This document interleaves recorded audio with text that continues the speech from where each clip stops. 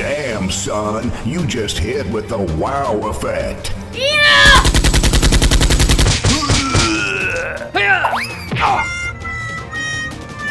I'm gonna pump you full of lead. Mommy. I got an idea. Huh?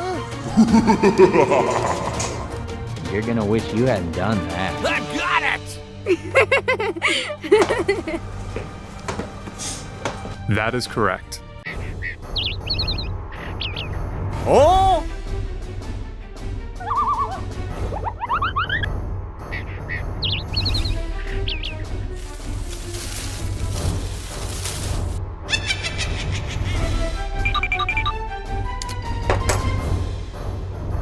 Huh? Hey man, get out! Not today!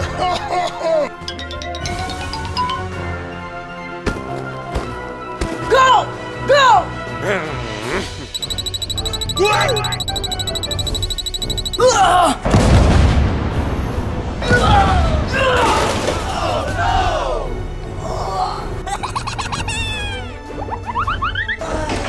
Hey! What happened?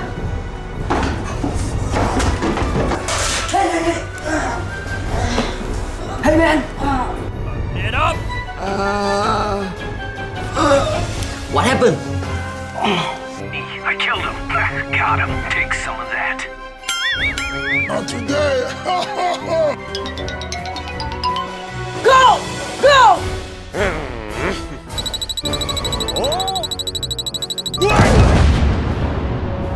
Hey man.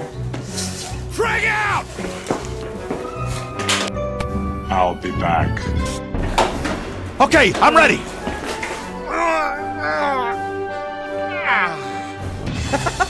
I don't want you to get off over here! Good gravy! Hey, you! Come on! No? Okay. Good. I love you. I'd love to. Uh-oh. Bullshit. I whop, I'm done! What are you doing? Planted the bomb. Heads up! Head grab! Hey! Go, go, go! Man, got one! Hey, over here! You want a piece of me? Dem get down! Get down! And two more one! Hey, you! Newcastle! Damn it! Hey! Let us out of here!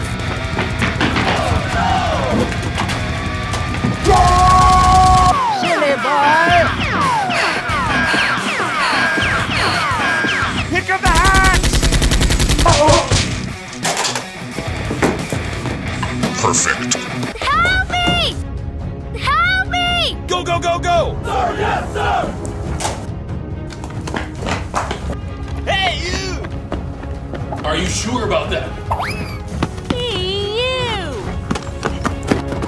I won't! Guys, I need it! Ah!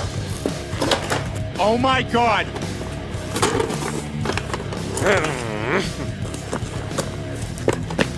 Aha! Hey, you! All that way. Over here.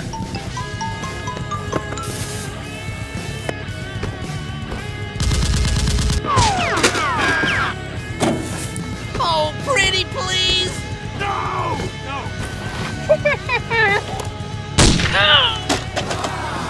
Hey, you! Come on! Go, go, go, go!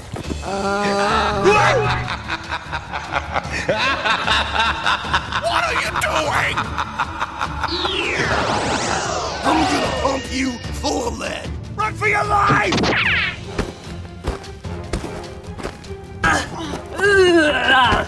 Damn, son, where'd you find this? Well, whistle me Dixie. We thought you were here to help. We thought you were here to help. No! No! Chúng mày chuẩn bị xong kỹ chưa? Tí sẽ tạo cho đại ca một sự bất ngờ, có chưa? Rồi, anh đi xem nào. Tốt lắm, để ta xem đại ca đi đến đâu rồi.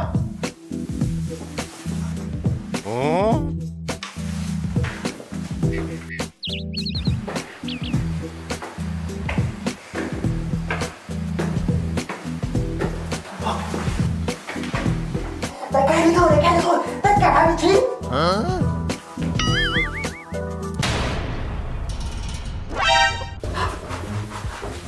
Chúng mày làm sao thế à? Hả? What? Happy birthday,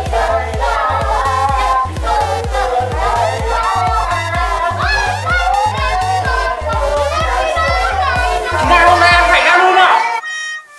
Nhưng mà tao thích.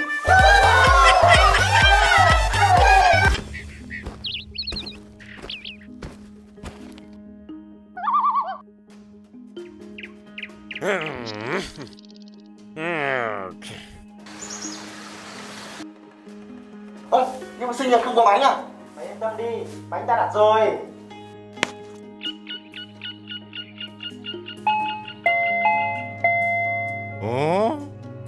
Chắc bánh đến đây. thôi để tao đi đấy. Ừ. Đó anh ạ. Đúng rồi. Để tí ngồi cổng nhá.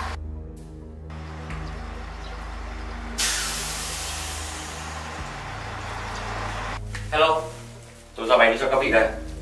Thank you nhá. Đứng lại. Các em không lấy tiền à? Em xin.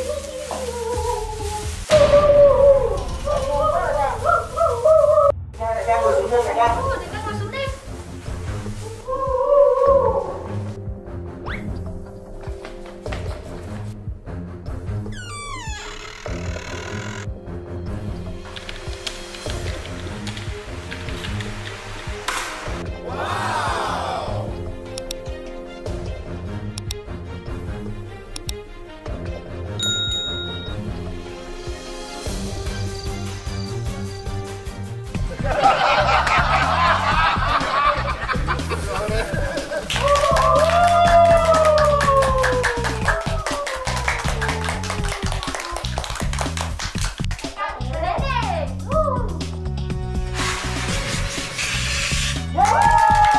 Chúng mày cắt bánh đây. Chúng mày ăn đây. Cảm ơn đại ca. Hôm nay tao rất vui.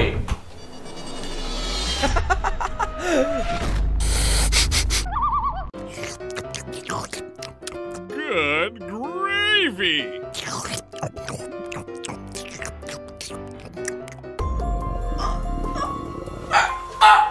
What?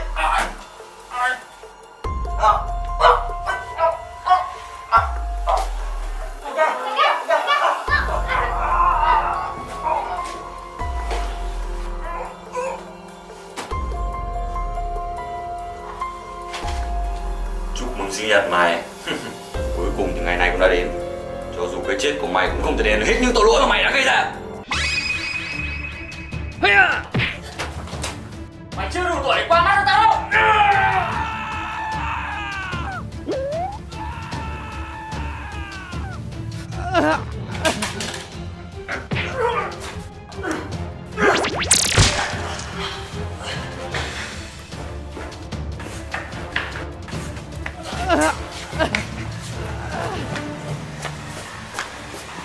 I'm gonna pump you full of lead.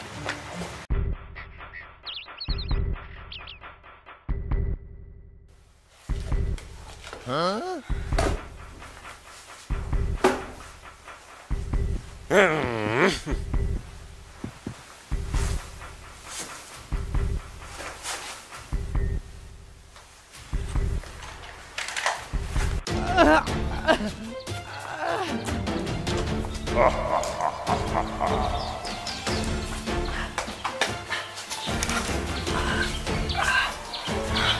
I will look for you. I will find you. Tao biết mày đang trốn sau bức tường. Mày biết đấy, tao rất thích chơi trốn tìm. Mày xem Tom và Jerry rồi chứ. Hôm nay tao sẽ vờn mày đến chết.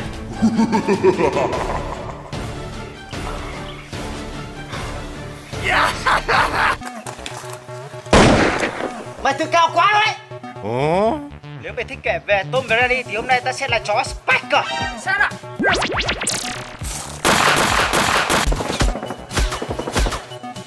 Hey you! Killer, mày không thoát được đâu. Đầu hàng đi.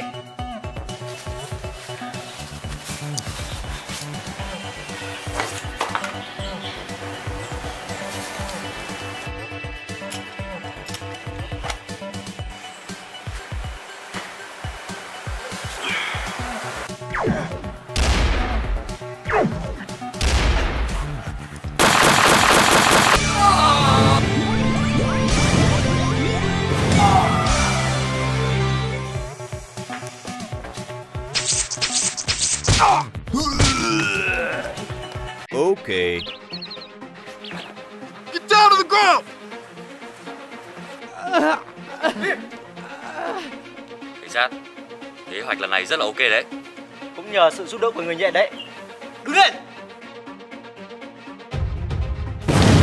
Hey you!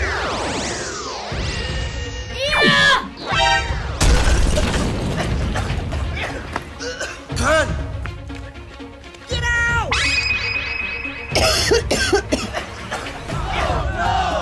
Killer đâu rồi? Chúng ta đã răng lưới như vậy rồi mà vẫn chưa bắt được Killer. Lần sau nhất quyết chúng ta không để cho nó thoát. Người nhện, chúng ta về thôi.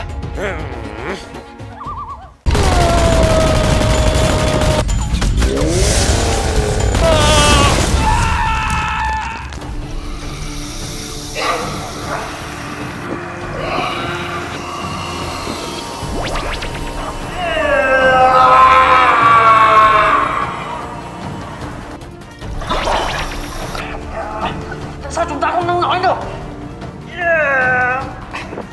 Năng lượng của chúng ta chưa đủ, chỉ có đại ca làm được việc này thôi.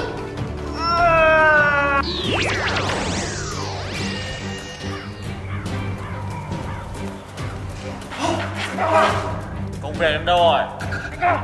Năng lượng của em có hạn, chưa làm được. Đại ca hãy giúp bọn em một tay đi. Được. Tất cả chuẩn bị.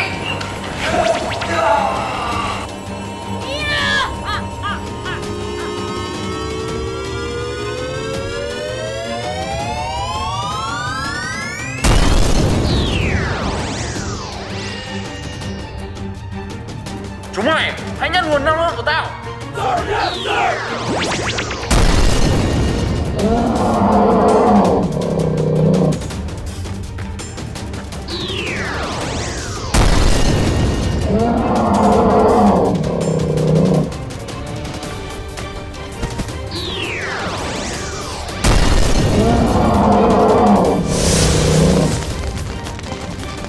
Đây là khu đô thị mới, sắp được quy hoạch.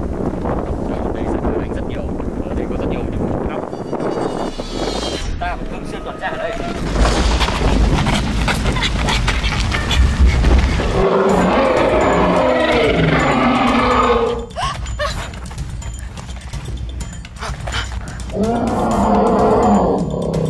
Cảnh sát, cô ở đây, để tôi lên phía trên.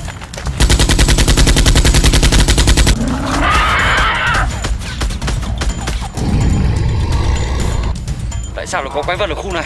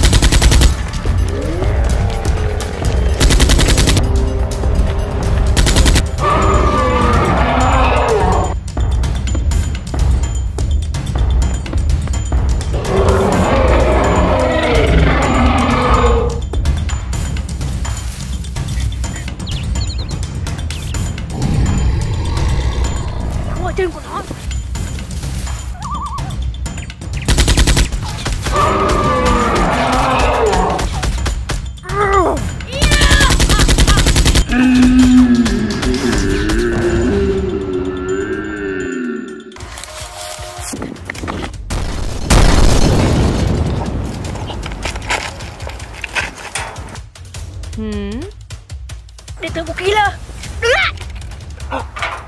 Nếu không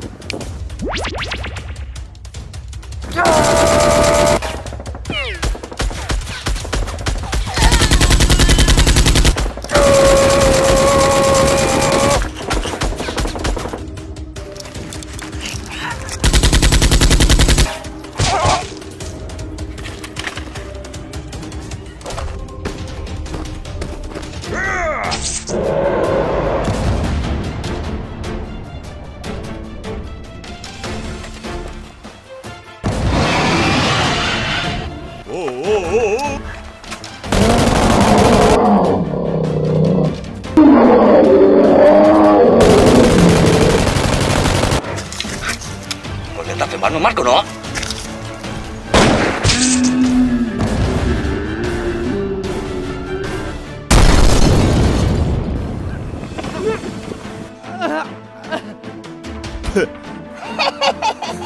đại ca của ta sẽ tính ngay đi thôi. Mày dám ăn cố với tao à? Đây là kết cục của những kẻ như mày.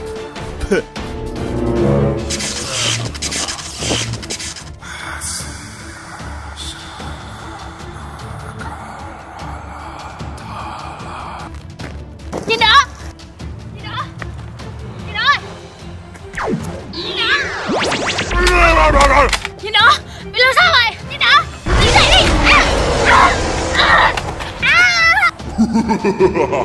Đi đi mà, đứng dậy đi. Hóa ra là killer.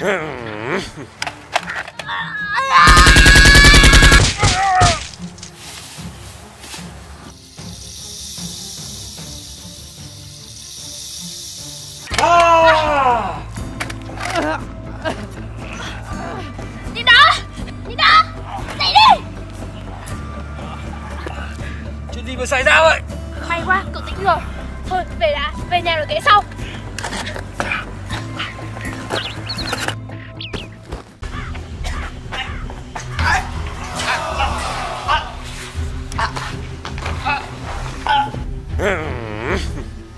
He's one of the most horrific.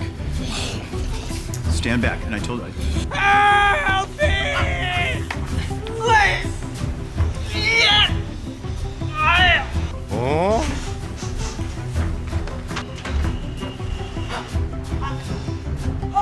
Hey, you!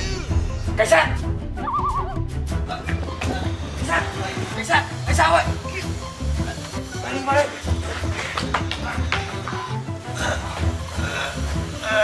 Cảnh sát, chuyện này là như thế nào?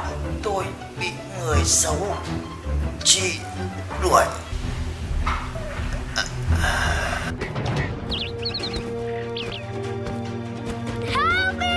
Hey, you! Oh man. Này cô gái, cô bị chuyện gì vậy? Tôi đau mà. Tôi gọi bác sĩ nhá. Cô khốn này, ra lừa tao. Chú biết điều gì đâu? Hả? Hôm nay sẽ là ngày rỗ của mày đấy, ngày cảnh sát đó.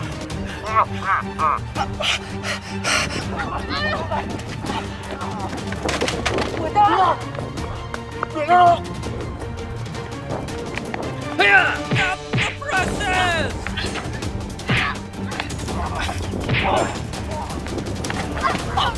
Quân Xanh, mày làm gì cho ai? Hả? What are you doing? Behind you! Go, go, go, go! Hey, you!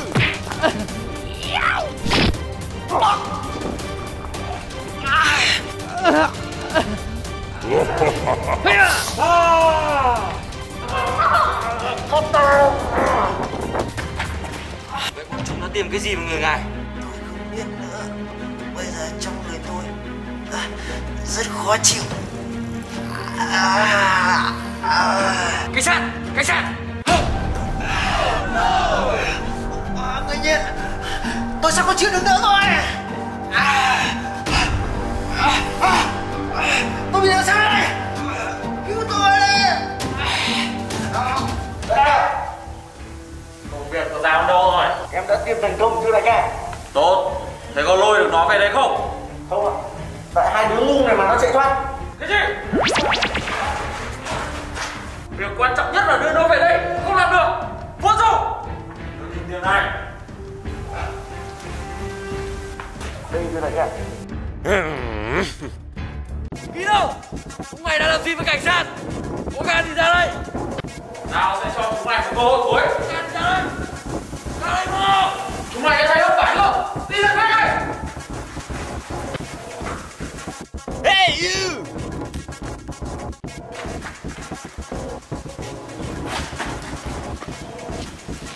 Đi đâu? Mau ra đây.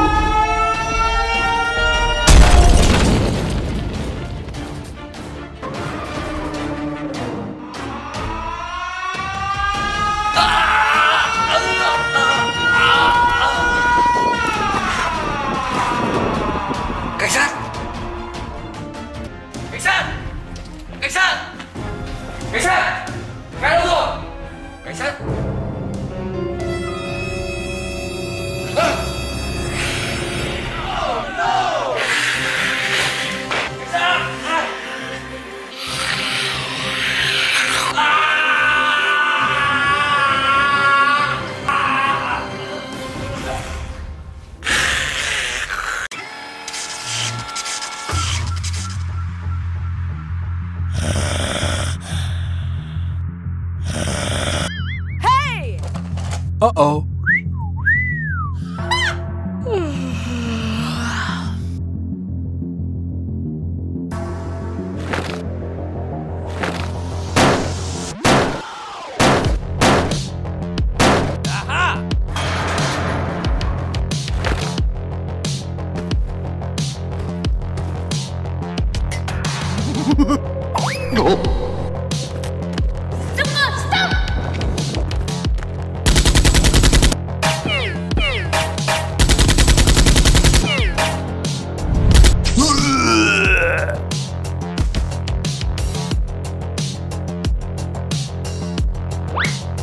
Yay!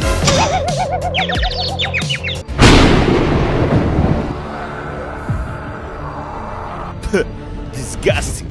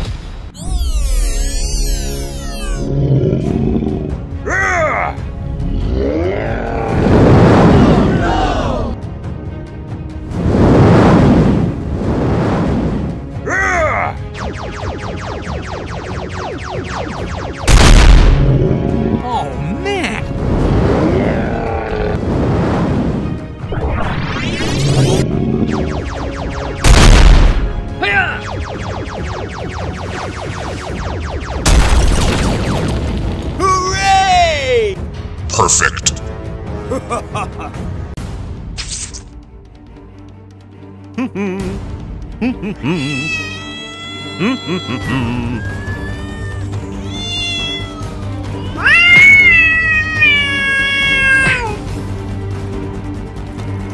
up!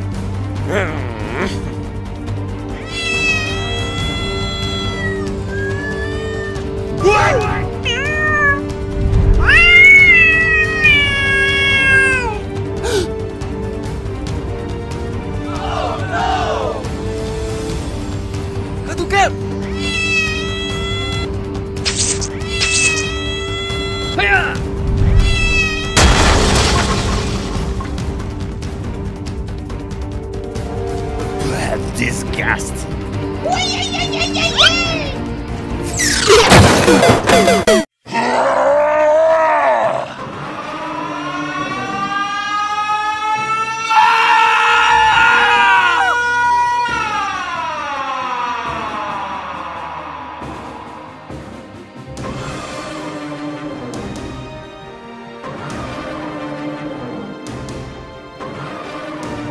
Damn away!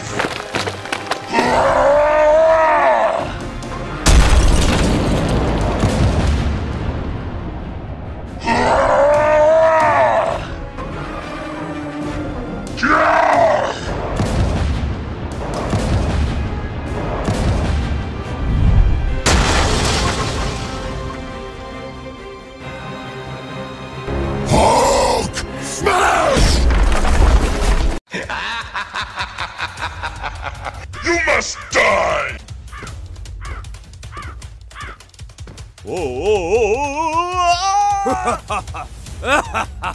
Oh, pretty please! Is here!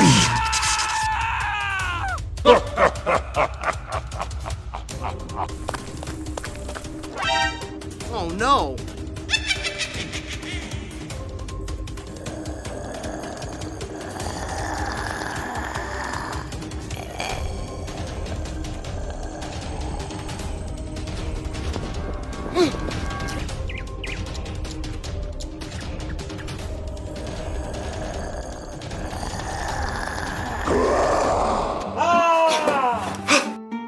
Sao thế nhỉ đó? Tôi vừa mơ thấy ác mộng. Ui giời, tưởng cái gì yếu đuối thế. Đi chơi không? Tôi buồn ngủ lắm. Được ngày nghỉ cuối tuần, nay đi ngủ. Kệ tôi. Thế thôi, mình đi nha đen. Cậu thích đi đâu? Tôi thích đi biển. Tôi thích núi hơn. Đi biển sướng hơn để ngắm gái. Cậu chẳng biết gì. Đi núi cao thích hơn đi biển. Sao thích mà đi núi được? Đi biển sướng hơn. Cậu đi trước đi. Tôi đi vệ sinh tí đã. Tôi đi chồng tôi rồi nhá.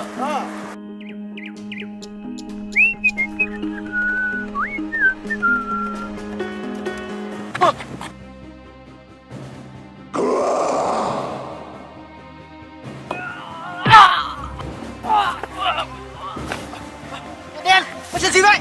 Đen.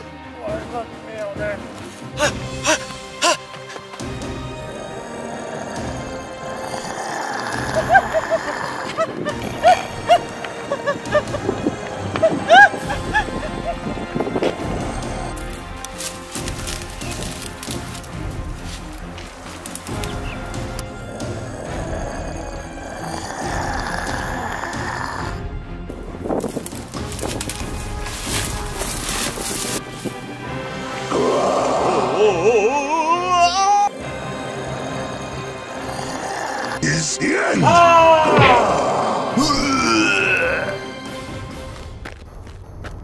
Kien!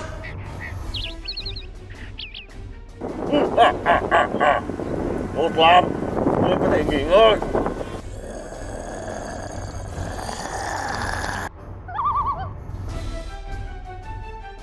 Vẫn còn một tên nữa thì phải. Dạ đúng rồi ngài. Nó là nhiệt đó, tôi biết nhà nó. Người nhiên đã đến lúc tuyệt chủng. I'm gonna pump you full of lead.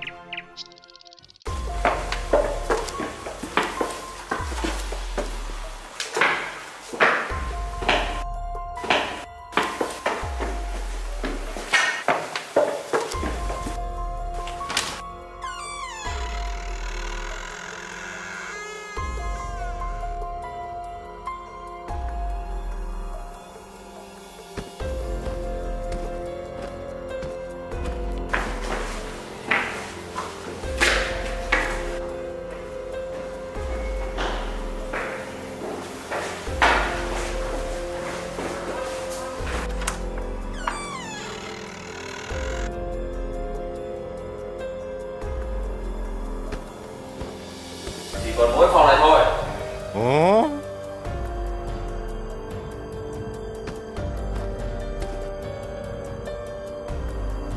Oh, man.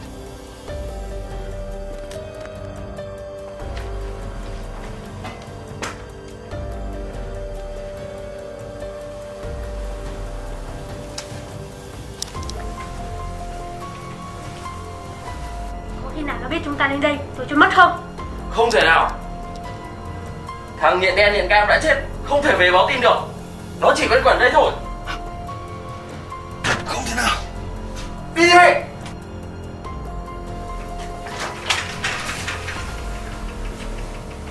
Nhện đen, nhện cam.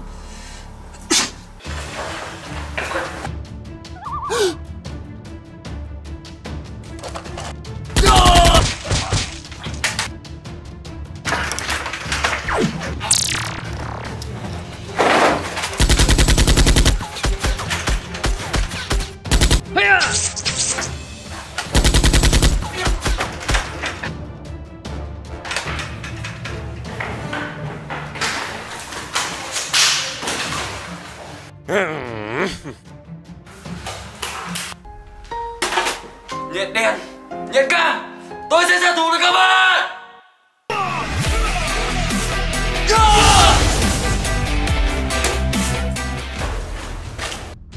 Dạ, thương à. Đã giết được hết bọn người nhện chưa? Dạ, có sót thằng nhện đỏ. Bây giờ anh em của mày đâu? Đàn em bị giết hết rồi. Vô dụng! Tao nuôi chúng mày bao lâu này mà có mỗi việc đấy cũng không làm được. Thương à, bây giờ phải làm sao? Ở đây nguy hiểm, rút khỏi đây đã rồi tính.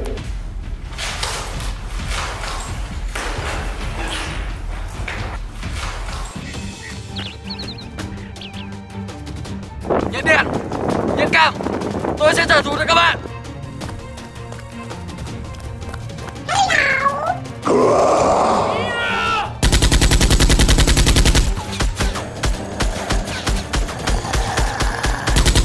What?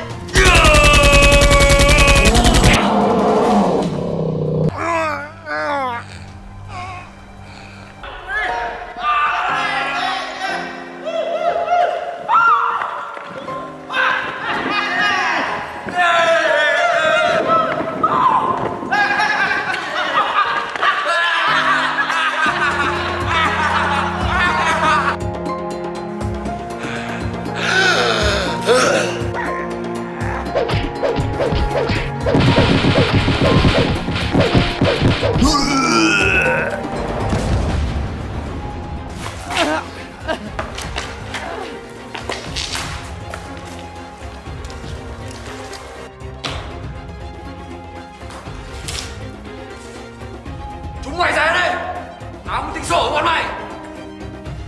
Trả lại vàng cho tao, trả lại cho tao.